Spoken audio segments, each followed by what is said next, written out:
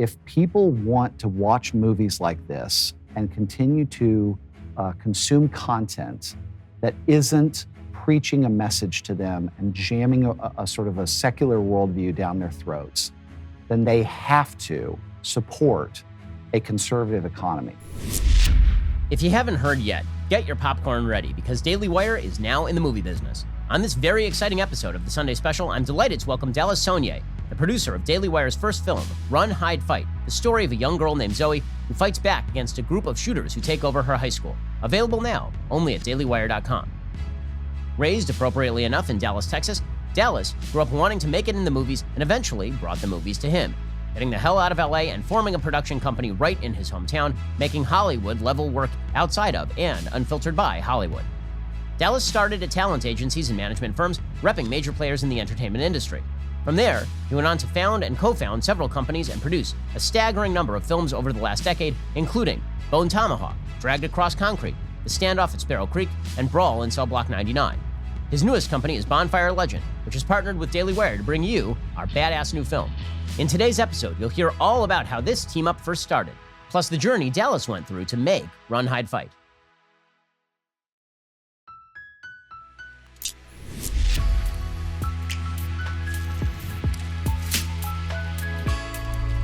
Hey, and welcome. This is the Ben Shapiro Show Sunday Special. Today's show is sponsored by ExpressVPN.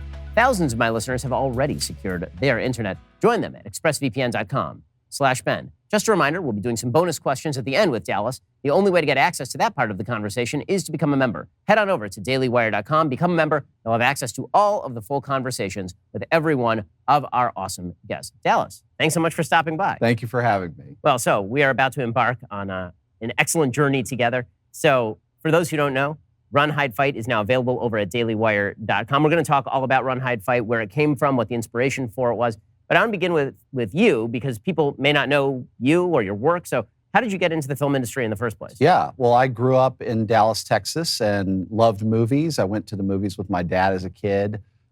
He would always let me see R-rated films, even when I was a little kid. And so I just became enamored with the industry and ended up sort of becoming a big fan of the Jerry Bruckheimer movies, Top Gun, Days of Thunder. And I realized there was a job called a movie producer and that there was a school that taught you film out at USC. So I just got enamored with that space and ended up sort of putting all my effort and energy into going west to California and being in Hollywood and going to film school and pursuing my dreams. And that's how it got started. Most people who have that idea, they get off the bus, they end up as baristas at Coffee Bean, and then they end up getting back on the bus and leaving. But that's obviously not what happened to you. Yeah. So how did you end up actually fulfilling the dream of being able to produce film? Well, when I was a kid, I convinced USC Film School to let me in early. So I went as a 16-year-old over the summer and ended up with a semester of classes before I returned as an 18-year-old for undergrad. And when I got there, they had a producing program for graduates, but not for undergrads. So I worked with the film school and the business school, and we all worked together to create a new major called, at the time, the Business of Cinema, now called the Business of Cinematic Arts. And it's a big program now, and I was the first graduate to go through it. And it gave me all of the door openings to start my career in Hollywood. Okay, so what was the pathway of that career? So you finished film school, and then, it's still a long jaunt from there to where you are right now. So you start out as an assistant. You go and you answer phones, and I answered phones for talent agents. So I answered phones for the agent of Charlie Kaufman and all of these different major writers and directors. And I learned the business by understanding that. Eventually, I became a manager. A manager is an agent who can also produce. And so I became a manager, started my company, ended up partnering with a very famous, legendary wrestler named Stone Cold Steve Austin. And with Steve as an asset, I was able to go out and raise a bunch of money and put together a film slate around Steve. And we went to Vancouver and we made 9 movies in 4 years. Wow. So during this time, you're working with us, which obviously means that you're conservative because it's hard to get anybody else to work with us. So how did your politics play into this? And what were your politics evident early, or did you become more conservative over time? Well, so I grew up in a neighborhood that now houses the Bush Library. George W. goes to my church, and George W. lives 10 blocks from my house. So I come from a very traditional conservative neighborhood in Dallas called Highland Park.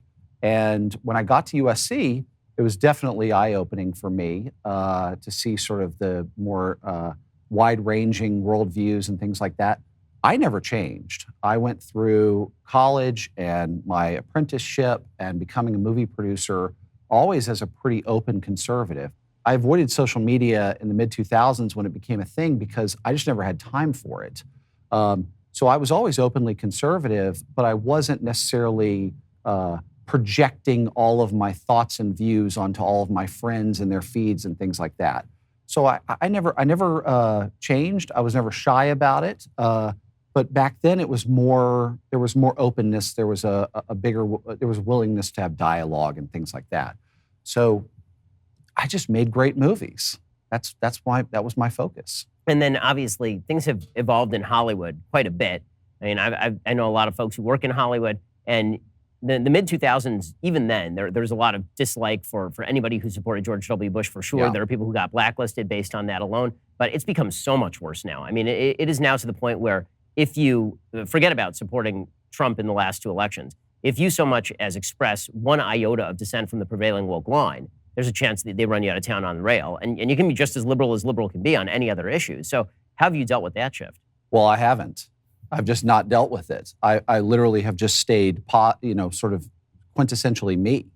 And so if you look at the movies that I'm best known for, starting out with Bone Tomahawk is a movie that is just a great movie. It does not project a political message.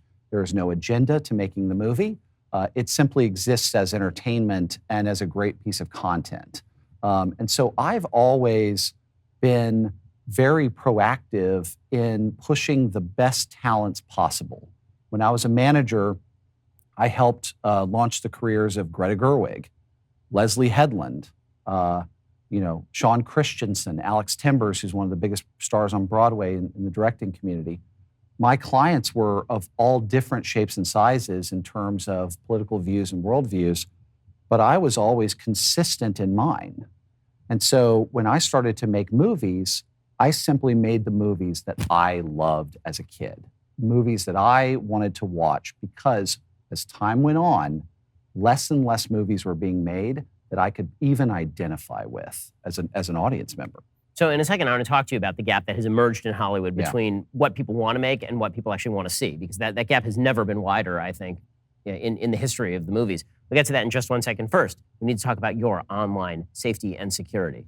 You absolutely need to protect your online safety and security. There are hackers out there. They want your data. There are social media companies. They want your data too, to monetize them. The same social media companies, they don't actually want to treat you well. If you can't trust certain elements in Silicon Valley to treat conservatives fairly, how can you trust them to handle your privacy and personal online data? That's why I recommend using ExpressVPN every time you go online. Big tech companies can use your IP address to match your internet activity to your identity or location. When I use ExpressVPN, search engines and media sites, they can't even see my IP address at all. My identity is masked and anonymized. ExpressVPN has the added benefit of encrypting 100% of your data to keep you safe from people who you don't want to have that data in the first place. ExpressVPN software takes just a minute to set up on your computer or phone. You tap one button, you are now protected. So if you're like me and you believe that your internet data belongs to you, not to giant tech companies who are not friendly to conservatives, ExpressVPN is indeed the answer. It's always a good idea to protect yourself from bad people on the interwebs and in real life. This is why you need ExpressVPN. Protect your online activity today with the VPN I trust to keep my data safe. Visit expressvpn.com/Ben to claim an exclusive offer just for my fans. That's expressvpn.com/Ben for 3 months free with a 1-year package. Visit expressvpn.com/Ben to get started. Okay, so let's talk about politics and the movie-making business right now. So it used to be that it was very obvious that Hollywood had a leftward lean, even from its content. Certainly, its executives have been left-leaning for as long as I have been alive. But Hollywood used to try to cater to the audience a lot better than I think it does right now. Now, basically, Hollywood breaks down into 2 categories. There's the $300 million superhero flick, which is designed to be a tentpole action film. and that brings in everybody of all ages, or it is some unbelievably woke piece that is designed specifically for the critics or to win an Academy Award. And now, if you want to win an Academy Award, you have to fulfill certain basic criteria about who is featured in a story, what the story is supposed to say. I mean, formally, they issued those regulations this time around, which leads to movies like The Shape of Water being somehow greenlit, made, and then widely acclaimed, despite being literally the worst piece of dreck I've ever seen. So what exactly has happened to the movie industry to create the gap? And it's really an open gap now between the audience and on the one hand and the critics and people in Hollywood who are making these films on the other. Basically, Hollywood continues to move further left and further left, and I stayed the same. And so by them moving left, they're quintessentially moving me to the right. And by me, I mean movies like mine, directors that make movies like mine, and audiences that so love the types of movies that we make. So again, I think it's more about the cultural shift than the actual movies themselves. But Hollywood is essentially creating this culture, and they're constantly hijacking the narrative. So what I'm trying to do is I'm trying to just hold the line, right? I'm trying to plant the flag in the sand and say these movies should be continued. These movies should continue to be made.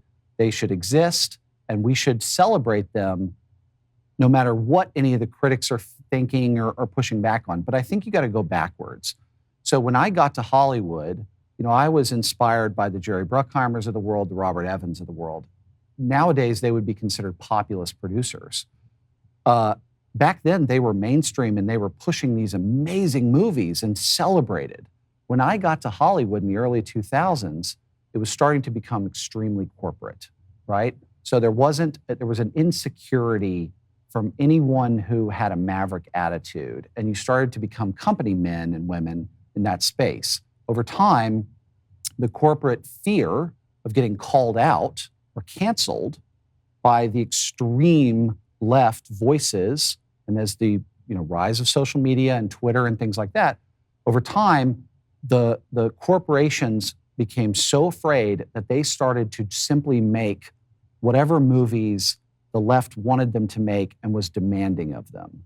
And so that it's the corporatization of Hollywood combined with the advent of social media and the extreme voices on the left pushing Hollywood completely far to the left where I don't even recognize it anymore. So what do you think the relationship between politics and film should be? Because there's some films that are overtly political and are pretty good. Most of the ones that are overtly political seem to suck pretty wildly. Yeah. And that seems to be true on both sides. That folks on the right who seem to want only altar calls don't realize that the altar calls tend to not be very good movies. And on the left, increasingly, they're making altar calls. So we just have this competing series of altar calls. Well, what should the movies be doing? How should politics play into the movies? Well, anytime you bring politics into movies or even art, it tends to sort of poison the opportunity there to change hearts and minds, right? So people can argue with me that art is always political or whatever. Movies have always been political. That may be, but when it's so overt and when it's so one-sided and so partisan, and the community is 97% one point of view, it almost becomes a joke onto itself, right? It becomes a parody of itself. And so I think Hollywood is in its own parody moment right now. And so I think the more we can push politics out, that would be better for the movies. But it's not possible. It's not possible. They won't let it happen. And we will, to make movies for the audiences that my movies, tend to cater to, or the ones that they tend to love, you're going to have to draw a line in the sand and pick a side. And that's what's happening right now. I didn't start this fire, right? I've always been the same. I've always been doing my thing. But as they come after my movies and my worldview and the way that I operate as a movie industry and as a small business owner, continuing to push my movies into a narrative, I'm going to fight back. And I'm sick of it. And I won't let it happen anymore. So I'll either continue to try and work with them, or I will continue to make my own movies more and more independently over time. And if that's the case, great. So as you've been working independently, you've still been able to work with a bevy of big name stars, ranging from Kurt Russell to Vince Vaughn to Thomas Jane in Run, Hide, Fight. These are all people who are well recognized. Has it provided an obstacle for you in terms of Hollywood and people you've been able to work with? So I don't really see obstacles. I don't really acknowledge them. So I'm a run into the burning building kind of guy and figure it out as we go along. So if there are people putting up obstacles in front of me, I'll figure out an end around or I'll just run right through them. I don't really care. I don't really operate that way. And that is the only way this will work. If you have this mentality where you're going to get this movie made no matter what. So with Run, Hide, Fight in particular, I raised all the money independently. I put the whole movie together with literally no help. Keep in mind, I mean, this is a great script and it attracted great cast and it was never easy. Even going back to Bone Tomahawk, I had to mortgage my house to get the movie made. I had to sign a personal loan that I guaranteed that I could not pay back if it had all gone south. So the amount of risk I'm willing to take to push forward and continue to making these movies, whether it ends up sort of making the obstacles bigger and bigger over time, so be it. I won't change, and I'm happy, and I'm doing my thing, and I'm loving it. So what's your advice for conservatives in Hollywood? So I know hundreds of conservatives who are still working undercover in Hollywood. Sure. I know very big name conservatives in Hollywood who I've gotten together with, like we got together originally, wearing baseball caps at a coffee bean. You didn't care, but I'd warned you, just like I warn everybody when I get together with them, that if ever a photo is snapped of us, that it becomes a major issue, just as I've warned every other Hollywood person who's ever come on this show. So what's your advice to Hollywood people who happen to be conservative about what they should be doing there? As I become more vocal with my worldviews and things like that, it's actually opened up a lot of doors for people to come and find me. So I've been getting phone calls from actors, directors, even executives and things like that saying, here, I'm stuck in LA, right? I want to work with you. I love your movies. Can we make a movie together? But then there's also the people who call me and say, I'm too afraid, right? I've got a mortgage. I've got kids in private school. I rely on my salary. What do I do? And I'm so frustrated right now. And what I tell them is, you have a choice. You have the proverbial Robert Frost poem, You have to pick one of the two routes. And you can go into the Hollywood route and they will pay you for your conformity. They will pay you for your hard work and your commitment to their system and their agendas and everything like that. Or you can go completely independent. But if you go independent, you come out and you wave the flag and show yourself, they're going to come after you in a way that most people cannot handle, right? The attacks are so brutal and they're so often and they're so constant. Keep in mind, when I am with my family on the weekend or when I'm in the office building my company, my enemies are on Twitter attacking me 24/7. And I can't keep up with that. So I have to tune it out and just keep going. So the advice I give to anyone in Hollywood who is conservative and confused about what to do is you have to understand the ramifications of emerging out with your thoughts.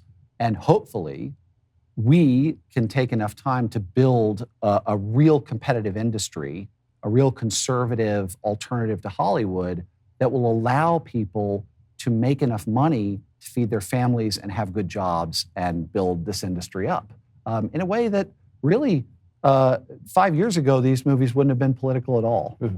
So in a second, I want to ask you about some of the controversy that have been trained on you, specifically controversy surrounding Cinestate and the other companies that you were the head of. Yeah. We'll talk about that in just 1 second. First, let's talk about how you send your mail.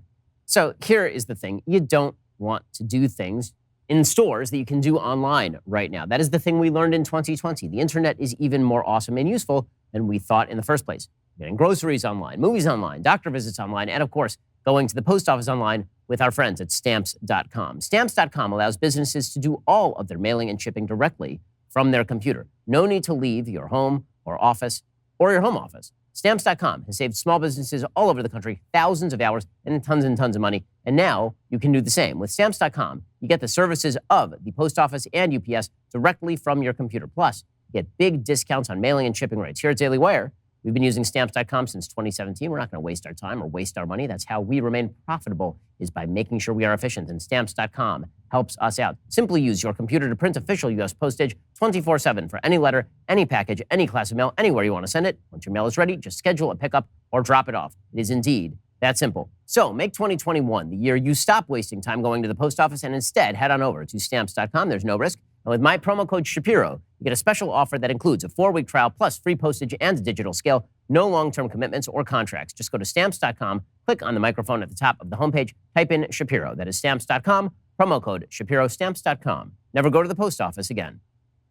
Okay, so obviously there were a couple of big controversies in the last year in which the media had these reports in Dallas Magazine and in the Daily Beast regarding Cinestate. It ended with some real conflagration at your company. Maybe you can talk about that and lay that out for folks who missed it. What actually happened there? So we talk a lot in the conservative entertainment industry about unity, and we talk about is art political? Do movies become political? I was trying to create a company that was all things for everyone. So Cinestate made movies across the board. We made extremely liberal movies under the Fangoria banner, a famous horror iconic logo. And then we made more conservative films, or at least, sort of less woke, more based movies outside of the Cinestate label, and then even created Rebeller, which was sort of our response to Fangoria, which is great. And I thought I could house it all under this one umbrella and everyone would get along. And what a joke that became, because no one wanted to get along. They didn't want to be associated with the other side. They didn't want to find shared common ground and resources. And so it was the great experiment gone wrong. I pushed back at first, and then I just said, okay, let me take a break. I'm going to let this die out, and I'm going to come strong in the new year. I've got a new company called Bonfire Legend. It's representative of my ethos as a movie producer. I'm rocking and rolling. I'm as excited about making movies as ever. And I'm as confident in my decisions then and now to keep going. So let's talk about your movie-making strategy. So one of the things that you've done that's very different is, of course, you've produced all of the films that you've made on these incredibly low budgets. And your entire movie strategy has been very different from the Hollywood movie strategy, which is you spend $20 million on a movie, and because you have hundreds of millions of dollars out there in investor capital, you can afford to blow $20 million on a movie, and if it fails, it fails. Yeah. And you can throw out $150 million on Dr. Dolittle, and if it fails, it fails. And it's really been about the amount of money you blow is almost irrelevant to the final product or to what you're attempting to do. Right. And now the market, it looks like, is going to come back into place, and people are going to be really hurting in the near future because of the death of the theaters, which I want to ask you about. But what is your strategy, especially, your strategy's been different, and how does it relate to kind of the changes in technology we've seen in consumption? So any of the movies we've made should have been made on a 5x multiple budget. So Bone Tomahawk was made for 1.8. It should have been made for $10 million. The great wizardry of my movie producing style is that we make these movies for what they're supposed to be made for. That's a phrase Hollywood doesn't understand. That's a phrase the movie industry doesn't understand, even the independent space. There's so many people losing money on independent movies because they come in, they spend a bunch of money, they don't have a marketing plan, they don't have a distribution plan, they don't know their audience, they make it for tons of millions of dollars, and then they lose everything. Sometimes that's a mortgage payment, sometimes it's a tax write-off. It depends on the movie. I don't like losing my movie investors' money. I like a batting average where I can say we've returned the investors' money over and over again on our movies pretty successfully. And so what we do is we go out and we figure out the value of the movie, right? We go out and we figure out the foreign sales value, the domestic sales value, what the actor's value is. We bring it all together and we come up with a budget based on that. Now, someone joked to me the other day that is the Jeb Bush of movie making, right? No one wants to vote for Jeb Bush with his, quiet ideas and, thoughtful proposals. Everyone wants to be, bold and brash in their movie making. But the truth is, like, that's how we keep this sustainable, by making movies that make money over and over again. So I make the movies as small as can be, so I have total freedom, which I then transfer to the director, a great cast, I can trust my own instincts on it, and if we fail, no one loses their house. So in 1 second, I want to ask you about the movie that we have released together over at dailywire.com. Become a member so that you can check that out. Run, Hide, Fight. We'll get to that in just 1 second. First, here's the deal. If you want to make your employment base better, well, you need to post a job on ZipRecruiter, because when you post a job on ZipRecruiter, it gets sent out to over 100 top job sites with one click. Then, ZipRecruiter's matching technology scans thousands of resumes and profiles to send you the most qualified people for your job. If you're really interested in a candidate, you can even invite them to apply for that job with one click. ZipRecruiter sends them an email from you. You stand out from the competition. It's so effective that 4 out of 5 employers who post on ZipRecruiter get a quality candidate through the site within the very first day. Businesses have pivoted during this pandemic. They've been becoming more efficient. They have to make sure that they are hiring only the best people. You should do the same over at ZipRecruiter.com. And right now, you can try ZipRecruiter for free at ZipRecruiter.com/BenGuest. That's ZipRecruiter.com/BenGuest. Just go to ZipRecruiter.com/BenGuest, because I do, in fact, have a guest. ZipRecruiter, the smartest way to hire. Go check them out right now. Let's talk about Run, Hide, Fight, because that is what has brought us together. So I remember us meeting. I think that you basically texted me or emailed me out of the blue and said that you had listened to the show. And I, of course, was aware of your movies. And I knew about Bone Tomahawk, of course, and I knew about the Vince Vaughn flicks that you'd done. And we ended up getting together at basically a coffee bean, as I always say, the coffee bean where all great business gets done. Take it from there. Well, the rest is history. Yeah, I found a mutual friend who knew us and reached out to you because I was so happy you were liking our movies and promoting them without any sort of push on our end on your show, Standoff at Sparrow Creek and Brawl in Cell Block 99. So I was so happy, and so I had to get to know you. And so we met, and what was so interesting was we talked about movies, we talked about politics, and then at the end I said, we need to make a movie together. And you were so great. You said, yes, let's do it. And I said, I'm going to figure some stuff out. I'm going to bring you some things. You go, look, if you don't want to put our name on it, I totally get it. I understand. We can bring, and I was like, are you kidding? We're going to put your name all over it. I was like, you're going to become an executive producer on it. Now, over the year, we sort of stayed in touch here and there. And Run, Hide, Fight was not originally a Daily Wire movie. But what happened was I recalled that conversation, and I recalled the feeling I had when I was speaking to you, that I could trust you, and that I felt a kindred spirit and someone who was in the fight with me. And so I was so excited. And in fact, and God has his ways, the response to the movie from the critical community, which was so perverted, and the ultimate challenges in selling the movie to a traditional Hollywood distributor opened the door for me to contact you again and say, literally, I think you should come on board this movie and distribute it. And then the rest is history. So let's talk about the critical response. We're going to try and do this whole conversation with no spoilers so that people actually become members just to see the movie, because that, of course, is how we all get paid. But the movie was produced a couple of years ago, right? Yeah. And then just a year ago. A year ago, and then it comes out at Venice, and the response from the critics is absolutely as vicious as it can possibly be, essentially. Yes. So what drove that, and what was the critical response? Well, so I've made 30 plus movies. I know what a good movie is. Run, Hide, Fight is a great movie. It is great. I know it. And so when I went to Venice, I never understood that the critics were going to attack the movie based on a perception of politics and a subject matter issue, right? Now, they'll hide it under the guise of creative whims or this or that, or they didn't like the movie or the writing or whatever. But I call BS on that. Now, it's tricky because I hate when directors are kind of like, lashing back on critics. But this was not one critique. This was a common thread amongst all the critics.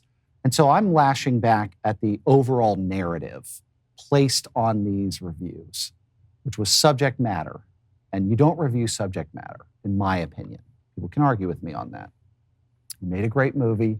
It was destroyed by the critics, yet the people who've seen the movie, and in fact, ironically, the Daily Beast movie critic in Italy wrote us our best review because they aren't biased. Their experience watching the movie is not perverted by years of hating Donald Trump and hating conservatives and all of these things. So, look, that's the hand we're dealt. We're going to cry about it, or are we going to do something about it? And so that's why I was thinking, if I release this with a traditional distributor, I don't need a crystal ball to see what's going to happen to us. It's going to happen anyway. Might as well call Ben and do it with him. So let's talk about the subject matter. So it's obviously controversial subject matter. Obviously, the basic plot premise of the film is a school takeover by school shooters. And we at Daily Wire are intensely focused on not encouraging school shootings. The entire film, in my view, is a diatribe against school shootings and the media coverage of school shootings. We were one of the first sites in America to declare that we would not name mass shooters under any circumstances because we don't want to give them publicity. And that is, in fact, one of the angles of the film is that one of the great evils of our society is giving attention to these folks because that's what they seek more than anything else. Maybe you can talk about the subject matter and angle of the film. Well, the subject matter is very personal to me. So I have lost both of my parents to domestic gun violence in separate instances. Almost unfathomable to even say it out loud. It's a sentence that doesn't even make sense. My mother was killed in her home in 2010 by her husband as she was packing her bags to leave him and divorce him. My dad was killed in 2012 by a hitman in Lubbock, Texas, hired by the ex-boyfriend of the woman he was dating at the time. Totally unrelated. Both of them caught completely off guard in their own homes and killed, where you should be the safest. And so I have carried that with me, that feeling of loss, tragedy, sadness for so long. And I was looking for a movie that I felt I could put some of that energy into. So when the script for Run, Hide, Fight came my way, I was so excited about it. It was about to be sold as a spec script to a major studio. And then Parkland happened. And then they pulled out. And of course, that's when I get the call. Because that's when I get the call for every script, is when everyone else passes, but they know it's a good script. They just need someone bold enough to be willing to make it. So I said, this script deserves to be made. I'm going to take the personal responsibility of the movie, even beyond the director, even beyond the actors, even beyond my producers and everything like that. Because I have lived with the personal tragedy of losing not one, but two parents to violence and gun violence. And so I'm going to take the responsibility. I'm going to shelter the movie, and we're going to make it in my system with independent money so that I can make it totally unperverted, right? No one can touch it. I'll shield it from all the external influences. And that's what we did. And the movie's great. And it's important. And I think it's going to shock some people. The lockdown procedures, the idiocy of the reactions, and the way that schools have to react and the policies there. If we do anything with this movie, if we can just shine a spotlight on the policies and make them better around the reactions to school shootings and keeping our schools and our children safe, then I'm thrilled. Beyond that, it is a wildly entertaining movie, and I don't believe that you cannot be entertained and watch a movie like this. So, as we talked about, the critics universally savaged it. I'm fully expecting that upon release of the film, there will be a second wave of critical hatred for the film, which is, again, one of the things that has happened, not just to your film, but it's happened to nearly any film these days that does anything that crosses the woke. I mean, I recently had a conversation with J.D. Vance, author of Hillbilly Elegy, about how the critics went after Hillbilly Elegy and just burned it to the ground because the idea behind Hillbilly Elegy was that you might want to take some of these rural white folks seriously, and the critics had decided in the meantime that, nope, after the movie got greenlit, now was not the time to take rural white folks seriously. We couldn't do that anymore, and they decided to just burn it all the way down. So what do you think is the answer to that? Because we are seeing this vast gap emerge between what the critics think about films and what the audiences think about films. Hillbilly Elegy has 20-some% on Rotten Tomatoes. It's got an 85% approval rating among audiences. I'm sure that Run, Hide, Fight will have a 0% or a 5% or a 14% on Rotten Tomatoes, and the audience ratings are going to be above 90%. What in the conservative community should we, and the more mainstream community, should we be doing about this? I would love to take Biden at his word for unity, but it's never going to happen. It's not happening. So I really believe that it's possible for both sides to work together and to get along and to make movies and work in the same workplace. I totally believe it's possible.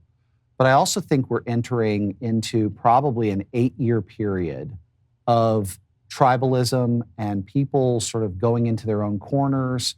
And I think that if people want to watch movies like this and continue to consume content that isn't preaching a message to them and jamming a sort of a secular worldview down their throats, then they have to support a conservative economy. And by that, I mean everything, a conservative Hollywood alternative, any of it, right? So I think ultimately, it has to, I don't like it. I didn't want this to, I thought I was going to be, living in LA, running a movie studio by now. And here I am, in my own independent lane, but in a way I'm happier now than I ever would have been there. And I know those people. They're still my friends. They're unhappy. They're insecure. They're confused about the lockdowns and living in California under Gavin Newsom. They're confused about all this. They're moving to Texas. They're calling me. Even my sort of lovely liberal friends, and I'm encouraging them, get out. And it's across the board. If your company is pushing a critical race theory on you, get out of that company. If you're going to a college and your professor is pushing an agenda on you, speak up and push back. Now, I know I have a privileged position because of my stature and my financial situation and things like that. So I understand it's tough. But I promise you, we will create enough infrastructure on the other side of the fence to give landing pads and places to work and make movies for people who don't want to work in that industry anymore. And I'm still in the industry right now. I've got a movie at New Line that they say they're going to make this year. I sold a movie to Netflix. It's coming out in a couple of months. I've got a movie with the folks who made John Wick. I mean, I'm still in the business, right? I talk to the agencies all the time. So I'm still 1 foot in, 1 foot out. But if I had to choose today, I'm out and I'm going this direction. And I'm so excited about it. I think it's going to be a big move. So let's talk about the changes to the market and also how we prepare conservative audiences for having to think this way. Because I think conservative audiences have never really thought seriously about engaging in the culture in this way because there really have been no alternatives. We'll get to that in just 1 second. First, here's the thing. Life insurance, it's super important. If you are an adult human with dependents, God forbid something should happen to you, they don't just lose you, they lose your income. You need life insurance. So if getting life insurance is on your to-do list for 2021, Policy Genius can help you cross it off with ease. Policy Genius makes it easy for you to compare more than 30 top insurers at once and save over 50% in the process. Plus, there's no hassle because their licensed experts work for you, not the insurance companies. So here is how it works. First, you head on over to policygenius.com. In minutes, you can work out how much coverage you need and compare quotes from top insurers to find your best price. Policy Genius then compares policies starting at as little as $1 a day. You might even be eligible to skip that in-person medical exam. Once you apply, the Policy Genius team will handle all the paperwork and the red tape. If you hit any speed bumps during the application process, they'll take care of everything soup to nuts. That kind of service has earned Policy Genius a 5-star rating across over 1,600 reviews on Trustpilot and Google. You do need to protect the people who rely on you. God forbid something should happen to you. You need life insurance. Make this the year you finally cross life insurance off your list. Get protection for your loved ones. Go to policygenius.com and get started. You could save 50% or more by comparing quotes and start the new year with one less thing to worry about. Policy Genius. When it comes to insurance, it's nice and very, very important to get it right. Okay, so one of the things, obviously, that we are focusing on as we shift into entertainment at Daily Wire is trying to let conservative audiences know exactly what you're talking about, that you have to stop thinking about entertainment is just a thing you do in your off hours, the same as everybody else, because the entertainment community is not thinking about you that way. The entertainment community very often sees you as the enemy. They see you as the bad guy, and they're looking to both preach to you and insult you at the exact same time. And so you're going to need to engage with entertainment in the way the left engages with entertainment, which is that unless you are the intransigent group of people who want to see the stuff you want to see, you're not going to get to see any of that stuff. How do we convince conservatives that, without making overt conservative altar calls, you still are going to have to engage with a different type of entertainment and put your money where your mouth is if you don't want to see Hollywood take over the entire culture? It's never in our nature as conservatives to rally together because we are so individualistic. And it's not in our nature as conservatives to fight back because we're worried about protecting our family and conserving, right? So what we have to realize is that you're in the middle of a culture war now. And a culture war now leads to a political war later. And it is coming for you. The cavalier executives in Hollywood hate you. They hate your kind. They hate your churches. They hate your guns. They hate all of it. They are hell-bent on pushing their narrative and destroying anything that doesn't totally serve their agenda. So you have to fight back. And there's interesting ways you can do it because not everyone has the platform that you have or the movie producing career that I have. So what do you do if you're just a person who loves movies and loves freedom of speech and loves America? Well, a few things. You support the companies that support us, right? So I do it all the time. I didn't watch an hour of NBA basketball or the NFL season this year. I'm the biggest sports fan in the world, and it hurt not to be able to watch my Dallas Cowboys on Sunday. But I turned it all off. I didn't for 1 second, not a second. Conversely, I made a bunch of purchases this year. Simply Safe, Black Rifle Coffee, the Pearl Source. I'm all in, right? And so you can make these, real commitments to promoting the conservative companies that share your worldview. Because ultimately, it ain't politics. It's worldview. It is secular worldview versus biblical worldview. It is, sort of an individual freedom versus groupthink and thought police and all these different things. We've got to fight back because if we don't, it's just going to keep going and keep going. It's just creeping in, and we're beyond creep now. It's overwhelming. So I just said enough, and I ripped off the mask and said, let's go do this. So one of the things that I'm really optimistic about is, again, the change in the level of technology that is necessary in order to do this. It used to be you had to have not only a movie studio behind you, a big movie studio with tons of money, but you also had to have a distribution system that would put your movie in 300 theaters. Yeah. Now, or 1,000 theaters or 2,000 theaters. And now it seems like the movie experience, because of COVID, it was already dying. Now it looks like there's just been a stake put through its heart, which means that the entire Hollywood system is about to crumble from within. I mean, so much of their budget is reliant on spending oodles of money on a big tentpole film they can then put out in theaters and make $150 million in a weekend. And now they can't do that anymore, and they're having to falsify statistics about how much money they're making off individual movies on Netflix. If you watch 30 seconds of a movie on Netflix, it's exactly the same as if you spent $20 at a theater to watch a Marvel film. So I think that's opening up some real opportunities, and I think they're moving into a space in which you're the pro and in which you are actually the 400-pound gorilla. They say it takes 60 days to break a bad habit and 30 days to make a new habit. We're so far beyond that timeline in terms of COVID and the way that we see the world and the way that we operate on a daily basis. I believe that movie theaters are done. I think that back in even March, when Universal sort of messed with the windowing between the time a movie comes out in theaters and when it comes out online or on VOD, I think that was the death nail to theaters. Even back then, I felt it. And now, months later, these movie theaters, they're so in debt. They have hundreds of millions of dollars of debt, insurmountable debt. And people don't want to come back to movie theaters right now. They just don't. There's too much fear. I myself have seen 6 movies in theaters, and every time I go, I'm the only person in the movie theater unless I went with someone. And so it's over. Now, That's good and bad. I'm going to miss movie theaters. I'm a movie theater guy. I'm a physical media, buy the Blu-ray kind of guy. Like, I'm traditional in that sense. I love going to the movie theater and having a full audience and the popcorn, the whole experience. But the truth is, my kids, they don't. They don't even know what it is. They've gone to movie theaters many times, but it's not in their soul, right? In their generation. So it's all going to become a home entertainment play. The good news is it levels the playing field for everyone. It's like the music industry. I couldn't tell you what label released the last 200 albums that I've downloaded, right? I couldn't even tell you.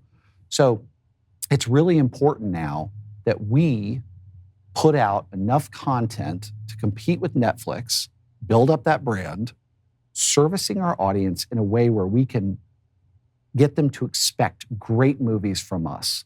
Because if you look at the movies that conservatives have generally been fed, they tend to be sort of overtly political or overtly Christian. Nothing wrong with either of those, and I have great respect for the people who work in those industries, and they are my friends. But I believe that we make better movies, and I believe that we can figure out how to create a real momentum, a real movement in movies that aren't necessarily conservative, but simply are not woke. I think one of the big moves here is going to be toward better writing, I'm hoping, in Hollywood, just because they've talked about how it's the golden age of TV for a while because the writing has gotten so much better on TV than it is in many of the movies. But movies were so reliant on giant spectacle and foreign marketing in China and all of this, that now that the theater experience in the United States is largely dead, it doesn't matter to you if you're watching $100 million on your phone. Right? The only thing that matters is whether it's watchable on the phone. The special effects don't look the same when they are held in your hand as they are when they're projected on a giant IMAX screen. I also think the phone is, at times, is even sort of over focused on. We focus too much on the phones. I still think the movie theater, television, screen is still the key. So I think if you have provocative movies with great writing, great acting, a really compelling story, and good producing, because you got to bring it, all together, I think that's really exciting. And then just putting out the movie with Daily Wire, we're reaching an audience size that we've never reached on a movie before, ever.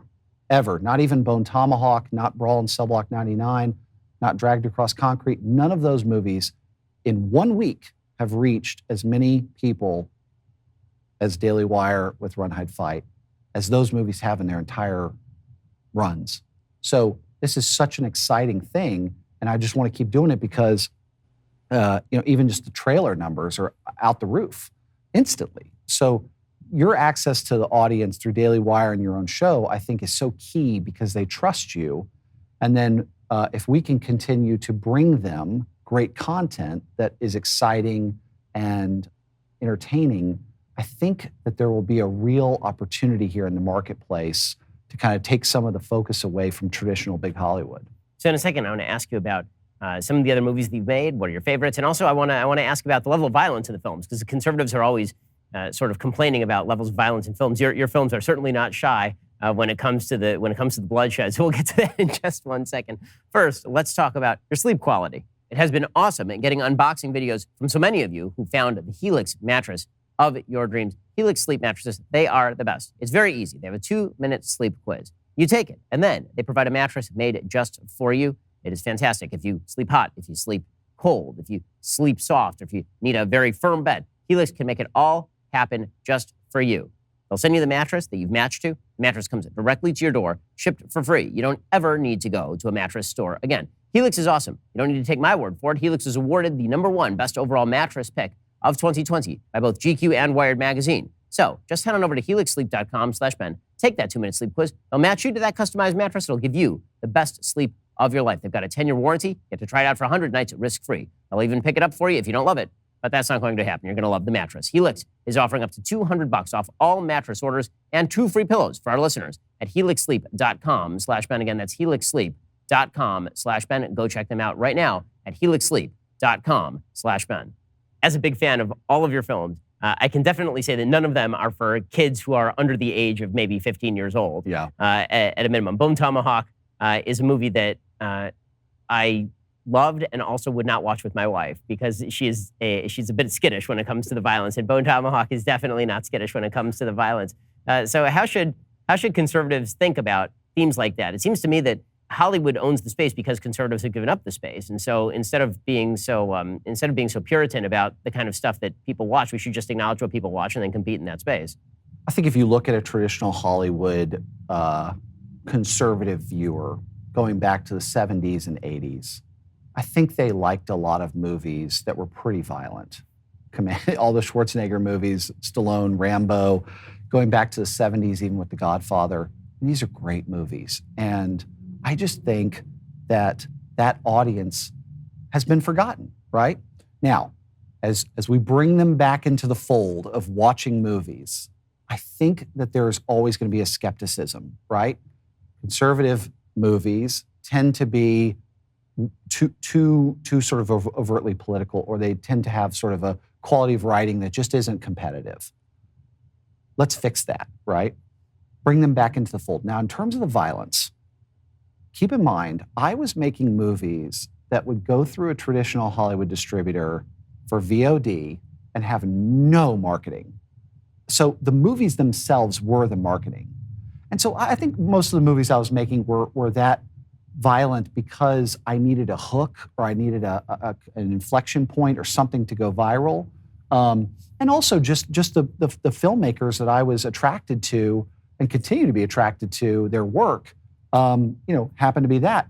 And let's be honest, I was processing the death of my parents, the deaths of my parents. So I think if you look at my body of work 10 years from now, I think it will level out a little bit in terms of the violence. But in terms of the conservative audience, give it a chance. There's always a level of provocation and entertainment to any movie, but the violence in our movies is almost clinical in its realistic and commitment to authenticity. So we're no different in many ways than almost a sort of a documentarian in that sense. But I look forward to seeing everyone's reaction because it's very violent. We make violent movies. I mean, I think that this is part of the general appeal that conservatives are also going to have to understand is to younger people, and that is that younger people are used to a certain level of edginess and violence and pushing the envelope in the stuff that they watch. And so, if we're going to make this move over at Daily Wire into the entertainment field, we want to be pushing the envelope. We want to be arguing in favor of why 17 or 18, 21-year-olds should be watching our stuff. There's lots of great material over at Hallmark Channel, but that's not exactly what we're seeking to do. What we're seeking to do is reach out to audiences who have opened up to the Hollywood experience because they're looking for edgy, cool, interesting, suspenseful, and drawing people when they're young is the way that you're going to eventually dissuade them from entering the culture war on the other side. That's absolutely right. I think two things on that front. One, the millennial generation will ultimately flow through the advertising demographic, the 18 to 34. That will take time, and ultimately the pendulum always swings back, right? So I think if we look at the early data on Gen Z and Gen Alpha and the younger generation, I think they're going to push back on some of the general sort of stereotypical millennial reactions and behaviors. So I have a hope for our children. If you look at history, it tends to repeat itself. And Hollywood in the late 1960s was in the toilet, right? They were making these giant war epics with, and musicals, and it was all falling flat. It was irrelevant. And in come the new Hollywood in the latest 60s, earliest 70s. And they arguably created some of the best movies in the world. All the filmmakers, Scorsese, Coppola, Spielberg, De Palma, Dennis Hopper, Peter Bogdanovich, all those guys, certainly. But there were a couple of producers that helped launch this movement, and they're called the BBS guys, Bob Rafelson, Bert Schneider, and Steve Blauner. And they ushered in this new generation by producing Easy Rider and 5 Easy Pieces. Those movies appealed to a younger audience that was sick of the mainstream nonsense that Hollywood was putting out at the time. And so I really want to take a page from their playbook and sort of reinvent this youthful, vibrant Hollywood movie making, which appeals to a younger audience that simply isn't interested in what the major studios are putting out right now. So my great hope, beyond obviously conservatives getting involved in entertainment, is hopefully moderates and even some folks on the left, good-hearted liberals, will watch the movies and maybe they will be able to forge a connection in entertainment that's been foreclosed from the other side. I know that that may be too much to hope for at the beginning, but I do hope that if Hollywood is going to cede all of this ground and decide that cop shows are off limits and need to be removed from TV, and that traditional narratives are just too much for people to handle because they're not woke enough, they're opening an awful lot of ground for people like you to fill in. For both of us. I know for certain that after we announced this deal on both sides, our emails inboxes have been flooded and our phone calls have been flooded with people reaching out saying, oh, finally, thank you, right? For every sort of aggressively mean tweet that we get 2 to 3 emails in the positive manner. People saying, oh, I'm so happy this is finally happening, right? So I know the audience is out there.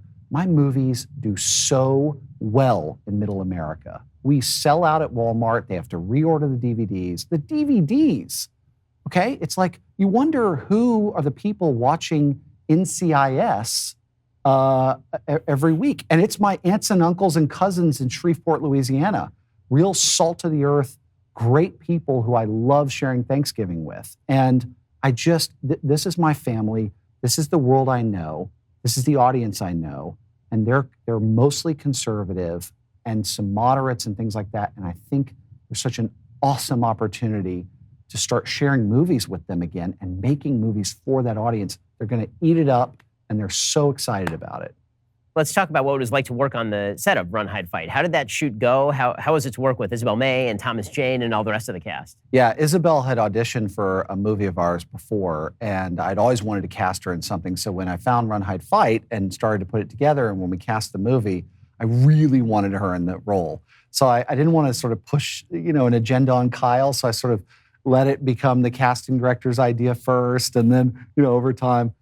But I was so happy we ended up casting her. And then Thomas, he had been attached to the project for a long time and really supportive of the movie and of me as a producer and things like that. So when it all came together, we ended up deciding to make it about a year ago in Texas in a small town called Red Oak.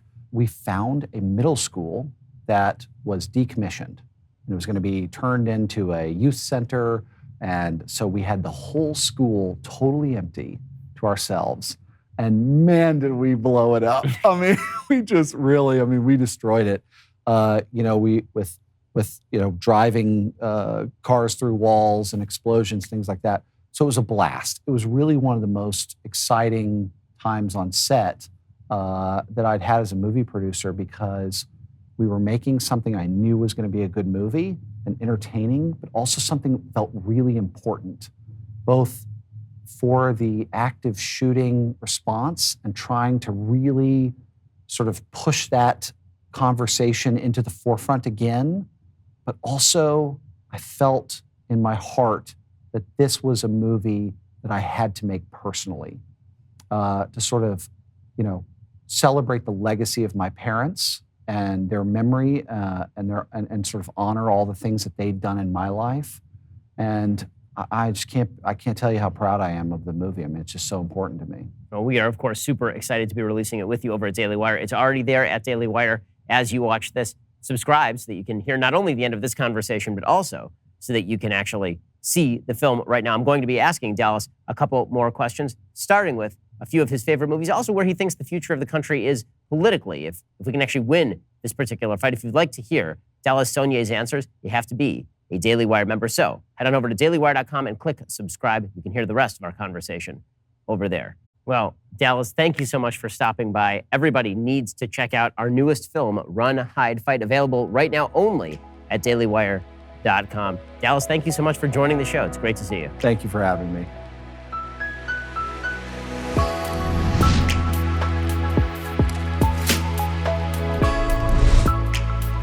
The Ben Shapiro Show Sunday Special is produced by Mathis Glover. Executive producer Jeremy Boring.